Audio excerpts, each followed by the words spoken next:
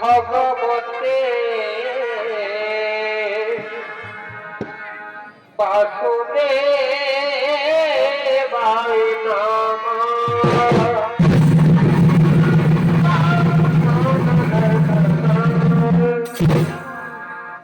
ওম নমঃ ভগবতে বাসুদেবায় নমঃ।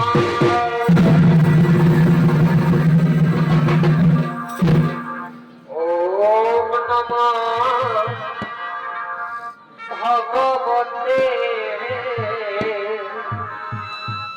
বাসুদেবায় নমঃ।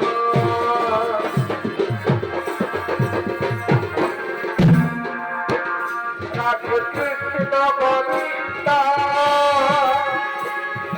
মধুসূদন শ্রী নারায়ণ নারায়ণ। রাধে কৃষ্ণ গোবিন্দ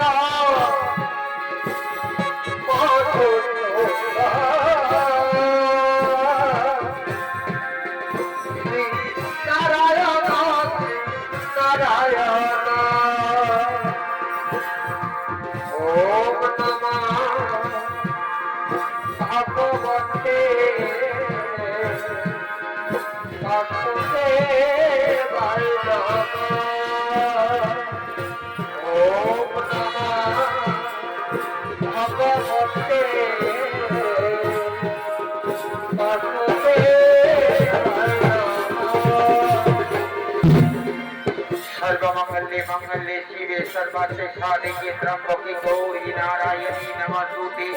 या देवी सर्वभूतेषु मातृरूपेण संस्थिता नमस्तस्यै नमस्तस्यै नमस्तस्यै नमो नमः। या देवी सर्वभूतेषु शक्तिरूपेण संस्थिता नमस्तस्यै नमस्तस्यै नमस्तस्यै नमो नमः।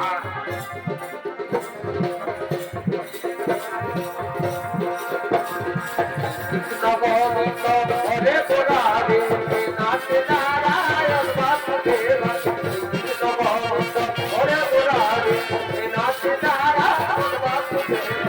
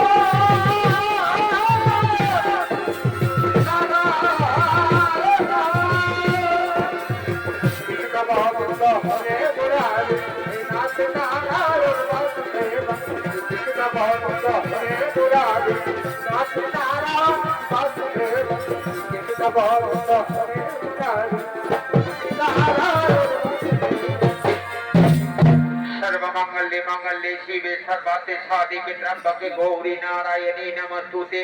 या देवी सर्वभूतेषु मातृरूपेण संस्थिता नमस्तस्यै नमस्तस्यै नमस्तस्यै नमो नमः।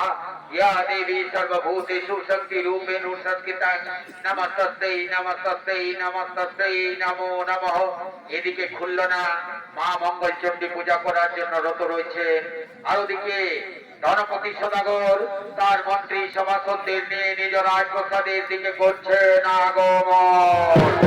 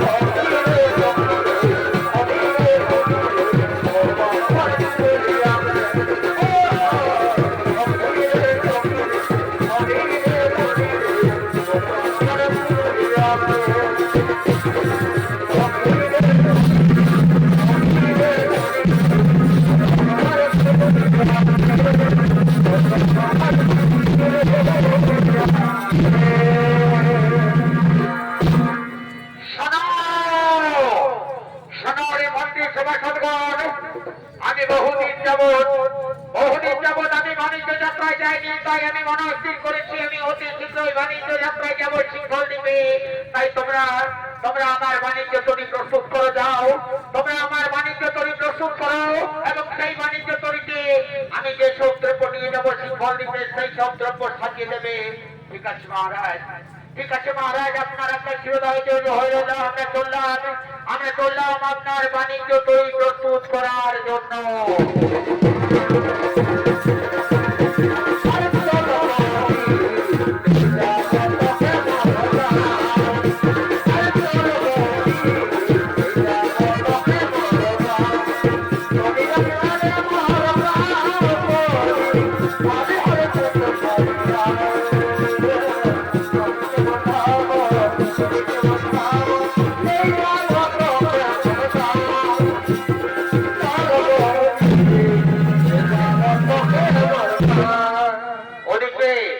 ওদিকে ধনপতি সদাগরের মন্ত্রী সভাসদগণ তারা বাণিজ্য তরী প্রস্তুত করার জন্য ছুটে গেলেন।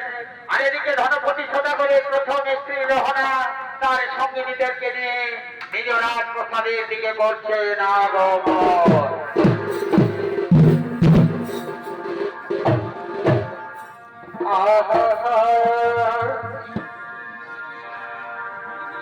এহ ধল ধাম সাবাদে,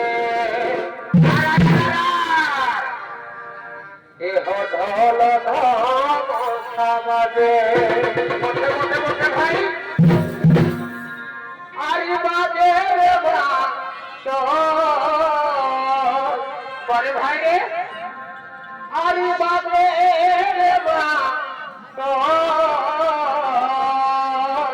পরে ভাই কাটিয়ারি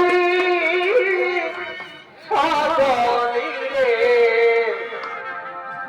পাগলা ভাদরাজ সোনা কাটিয়ারি সাদনি রে পাগলা ভাদরাজ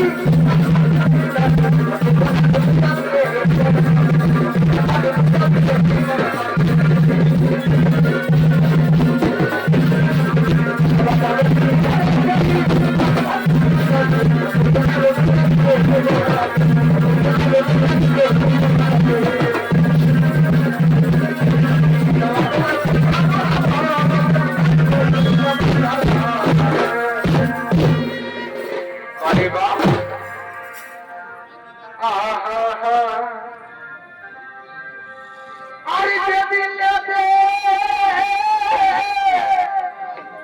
খেয়েছি তোকে আর ঘুম নাই তোকে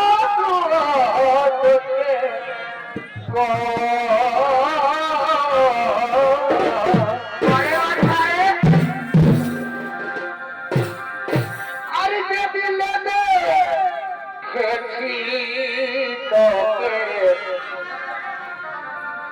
আর ঘুম নাই তোকে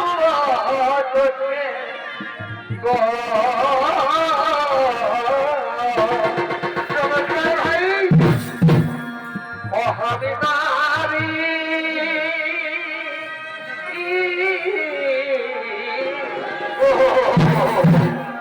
মহাবিদারি একাত্তর দিনে রইতে তুলারে কি দিয়ে মন ভোলারি हमके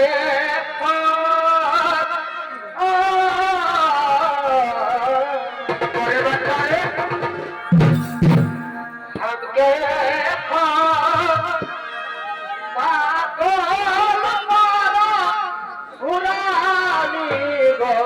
दुलारे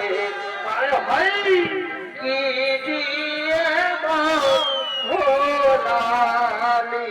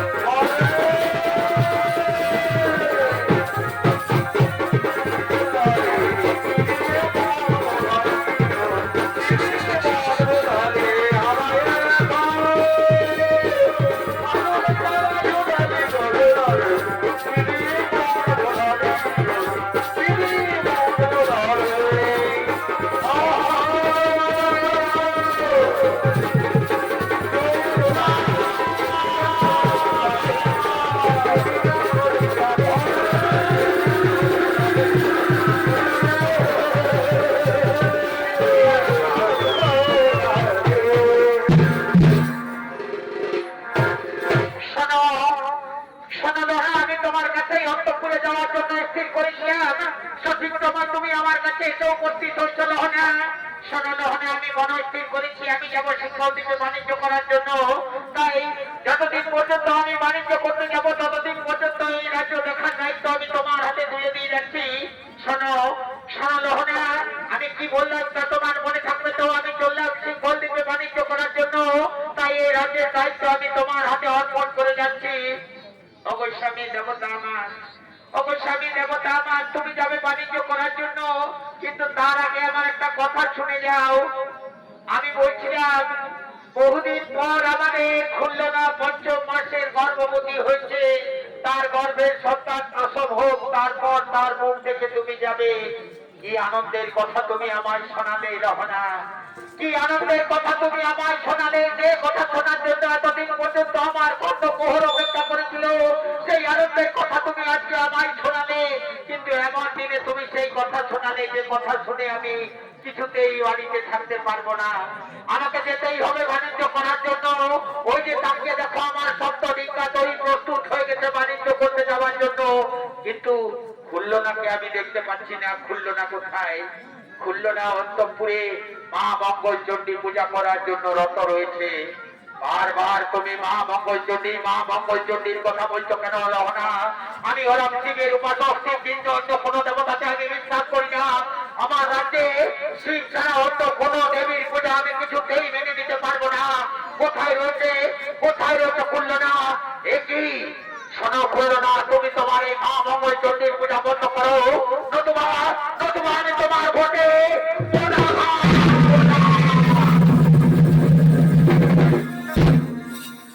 আপনি কি করলেন স্বামী?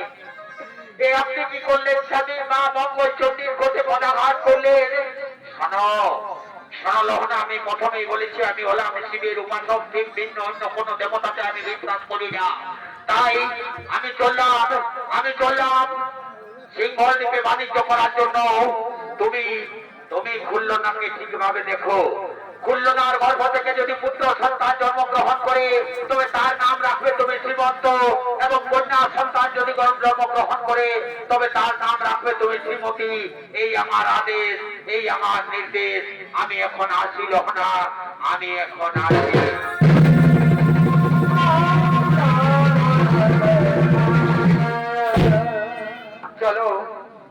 চলো বোন, আমরা অন্তঃপুরে ফিরে যাই। চলো।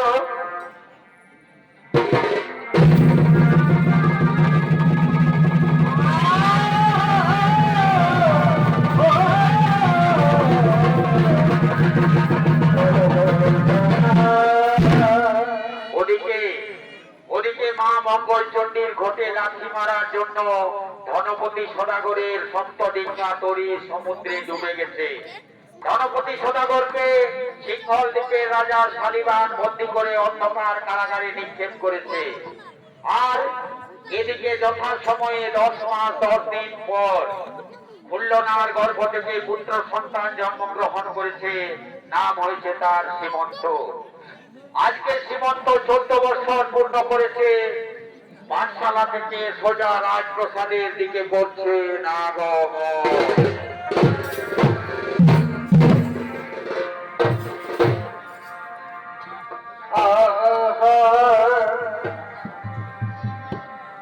ধনী তোমারে ভোলা যায় গো, ধনী তোমারে ভোলা যায় গো।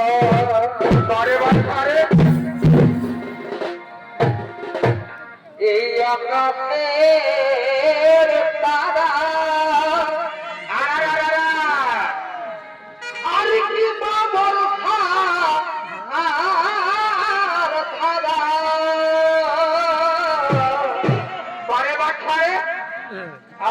আকাশের তারা আর কি মা বর্ষা আর ধারা কুনিলে কি গুণা যাই গো, ও ধনী কুনিলে কি গুণা যাই গো, ধনী তোমার ভোলা যাই গো, ধনী তোমার ভোলা যাই গো।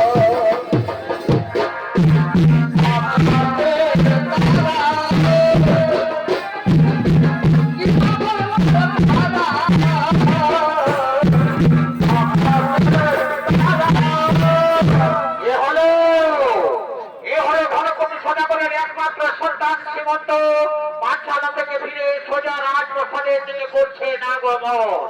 আর এই সীমন্তের ভূমিকায় আপনাদের আলো উদ্ভাসিত মহান মঞ্চে যিনি ছৌনিতে পরিবেশন করে দেখাবেন সে হল স্বর্গীয় দুর্যোধন মতন ছৌ সমুদায়ের পক্ষ থেকে জেলার সুনাম ধন্য শিল্পী বিপ্লব সিং সরকার।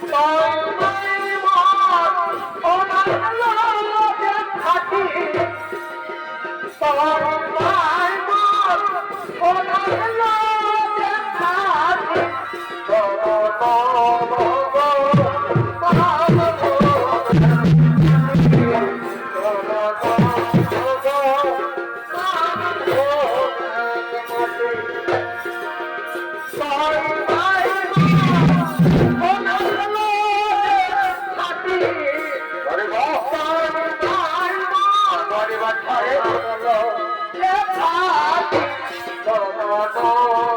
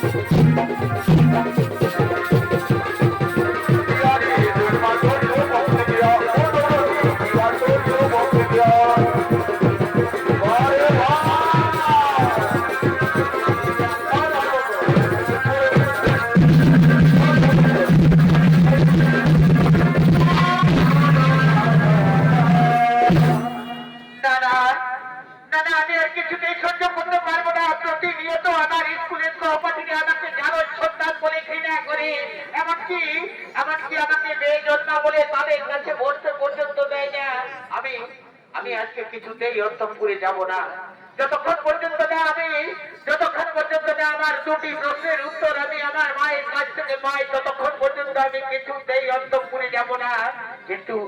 কিন্তু মাকে তো কোথাও দেখতে পাচ্ছি না। না না না না, আমি আমার মাকে ডেকে জিজ্ঞাসা করবো আমার বোনের দুটি প্রশ্ন। বারবার আমাকে জানো সন্তান বলে আমাকে শুনতে হয় কথা, তাই তো আমাকে জানতেই হবে। কেন বলবে না? আজ আমার 14 বছর পূর্ণ হলো, এখনো পর্যন্ত আমি আমার পিতার মুখ দর্শন করলাম না। অথচ প্রতিনিয়ত আমার দুটি মাতা তাদের সীতায় সিঁদুর পড়ে রয়েছে, কিন্তু কিন্তু আমি জানতে পারলাম না আমার পিতা কোথায়। তাই তো আজকে আমাকে জানতেই হবে, আমার পিতা কোথায়, যে আমার পিতা আর আমার গর্ভধারিণী মাতাই বাকে, তা কথা আমাকে জানতেই হবে। তাই তো মাকে আমি দেখে নেব। মা গো!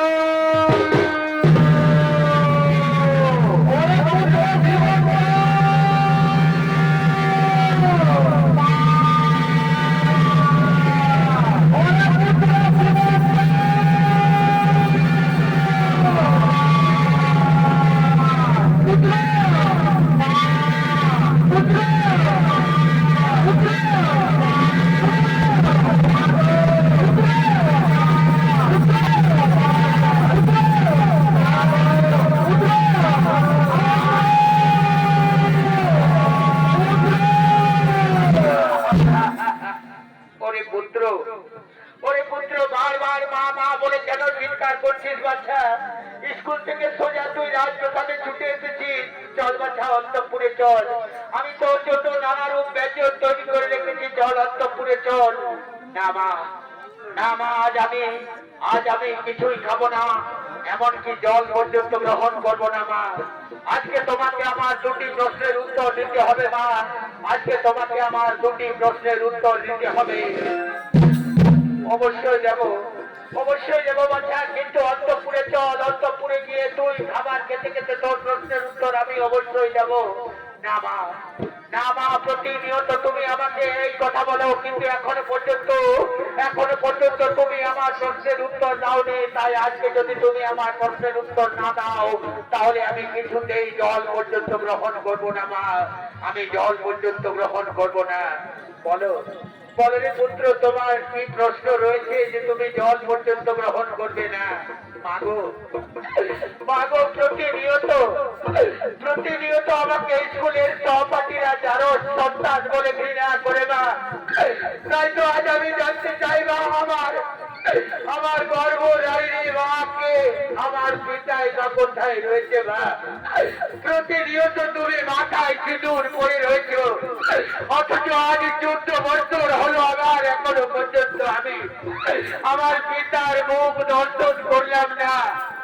কেন না আমাকে যারা সন্তান বলে তারা ঘৃণা করবে?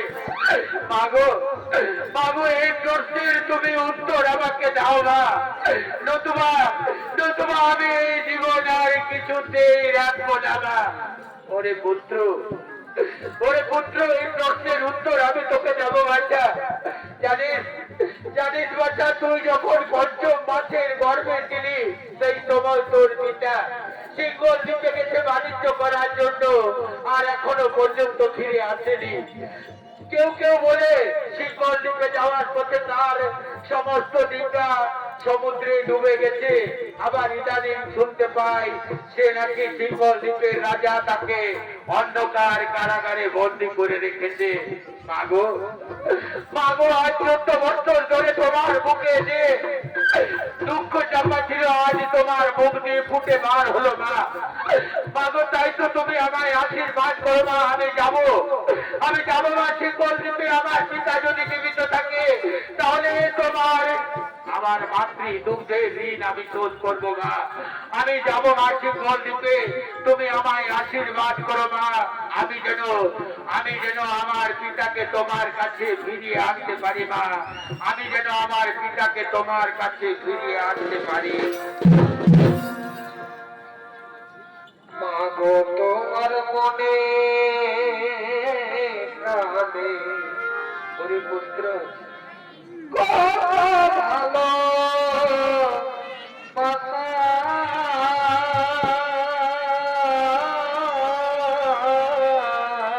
ওরে পুত্র, তোমারি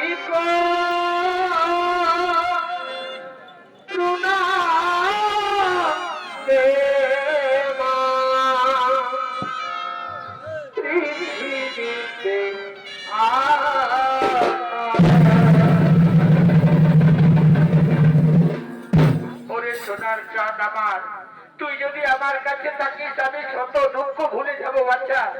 তোকে ছেড়ে যে আমি কিছুতেই থাকতে পারবো না। এই বয়সে তোকে সিঙ্গল দিতে যেতে হবে না বাচ্চা, এই বয়সে তোকে সিঙ্গল দিতে যেতে হবে না। না মা, না মা, আমাকে যেতেই হবে না। তোমার শীতের সিঁদুরের তাই আমাকে রাখতেই হবে না। আমার মাতৃ দুগ্ধের ঋণ আমাকে শোধ করার জন্য আমাকে যেতেই হবে না তোমার কাছে। তোমার স্বামীকে আমি নিশ্চয় নিয়ে আসবো মা, তুমি আমায় আশীর্বাদ করো মা। তোমারই করুণা মা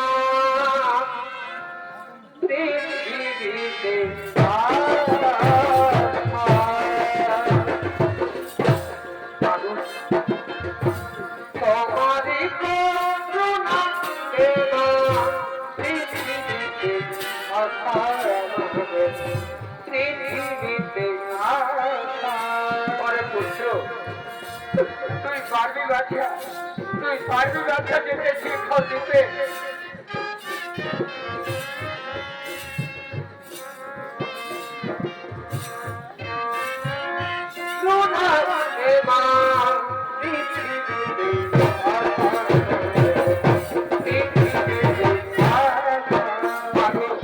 তোমার আশীর্বাদ যদি আমার মাথার উপরে থাকে মা, আমি নিশ্চয়ই পারবো আমার দুগ্ধের ঋণ শোধ করতে মা, আমি নিশ্চয়ই পারবো আমার মাতৃ দুগ্ধের ঋণ শোধ করতে। আইরে সোনা দুগ্ধে আর নালে রে, আইরে সোনা দুগ্ধে আর নালে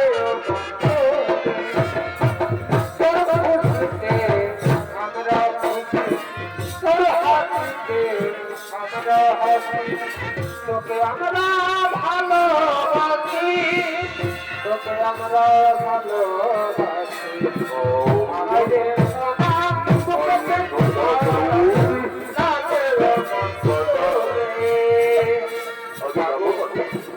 তোমার এই স্নেহ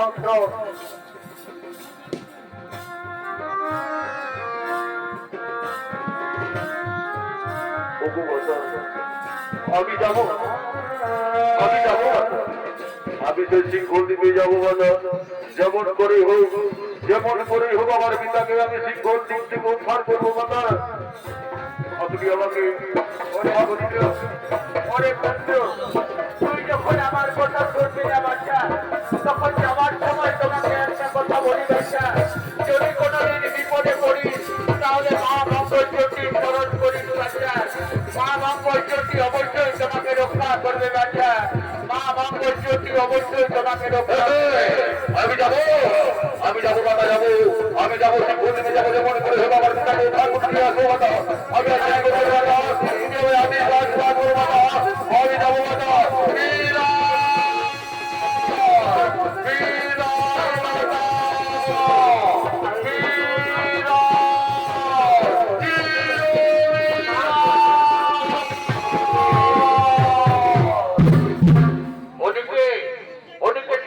তার পিতাকে উদ্ধার করার জন্য সিংহল দ্বীপের দিকে যাত্রা করলো।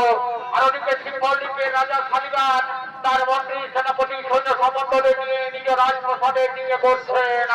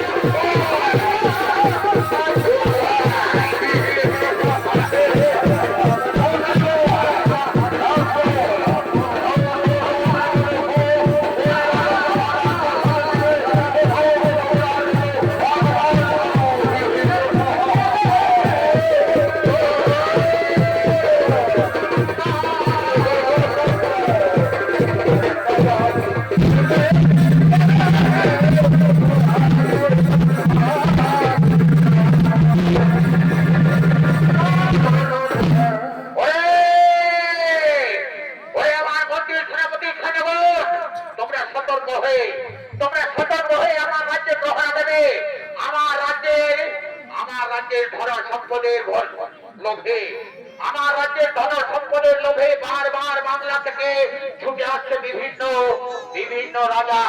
তাই তোমরা সতর্ক হয়ে আমার রাজ্যে প্রহরা দেবে। ঠিক আছে মহারাজ, ঠিক আছে মহারাজ, আপনার রাজ্যের কোথাও কোনো দুঃসংবাদ নেই মহারাজ। আমরা সতর্ক হয়ে আপনার রাজ্যে প্রহরা দিচ্ছি মহারাজ।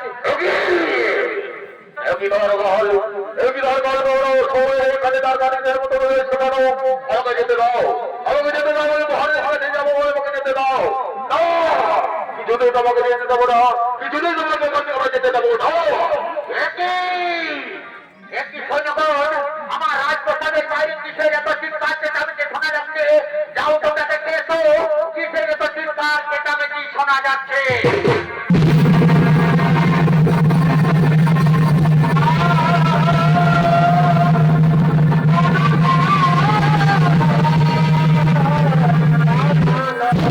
মহারাজ, এই যুবক জোর করে আমাদের রাজপ্রাসাদে প্রবেশ করার চেষ্টা করছিল মহারাজ। এই যুবক জোর করে আমাদের রাজপ্রাসাদে প্রবেশ করার চেষ্টা করছিল। তাই এই যুবককে আমাদের দ্বার বাররা দুয়ারে আটকে রেখেছিল মহারাজ। তাই এই চিৎকার চেঁচামেচি করছিল মহারাজ। বলো বলো যুবক, কিবা তব নাম, কোথায় তব ধাম, কিবা হেতু সিংহল দিকে তব আগমন? মহারাজ, মহারাজের নাম বল সীমন্ত ধাম উজ্জয়িনী। বাণিজ্য করার লাগে সিংহল দ্বীপে আসিয়াছি আমি। বাণিজ্য করতে এসেছে এই বয়সে সিংহল দ্বীপে, কিন্তু জানো তো যুবক, বাণিজ্য করতে গেলে তোমাকে আমার রাজ্যে কর দিতে হবে। পারবে তুমি কর দিতে? নিশ্চয়ই দেবো মহারাজ, নিশ্চয়ই দেবো। আমি যখন বাণিজ্য করবো তখন কর কেন দেবো না মহারাজ? অবশ্যই অবশ্যই আমি কর দেবো। কিন্তু যুবক, তুমি তো বাংলা থেকে এখানে এসেছো, বাংলা থেকে আসার পথে কোথাও কি কোনো আশ্চর্য ঘটনা তুমি দেখেছো? হ্যাঁ মহারাজ, ঠিক কথা বললে মহারাজ তুমি। আমি আসার পথে সমুদ্রে গমনে কামিনী রূপ দর্শন করেছি মহারাজ। আমি আসার পথে সমুদ্রে গমনে কামিনী রূপ দর্শন করেছি।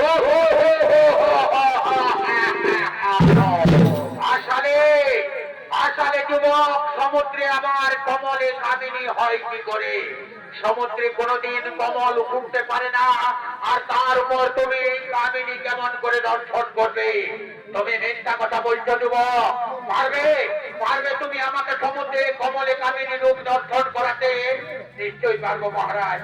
আমি যখন দেখে এসেছি তখন আপনাকেও নিশ্চয়ই দর্শন করাবো। চলুন মহারাজ, আমার সঙ্গে চলুন সমুদ্রে। আমি আপনাকে অবশ্যই কমলে কামিনী রূপ দর্শন করাবো। চলো যুবক।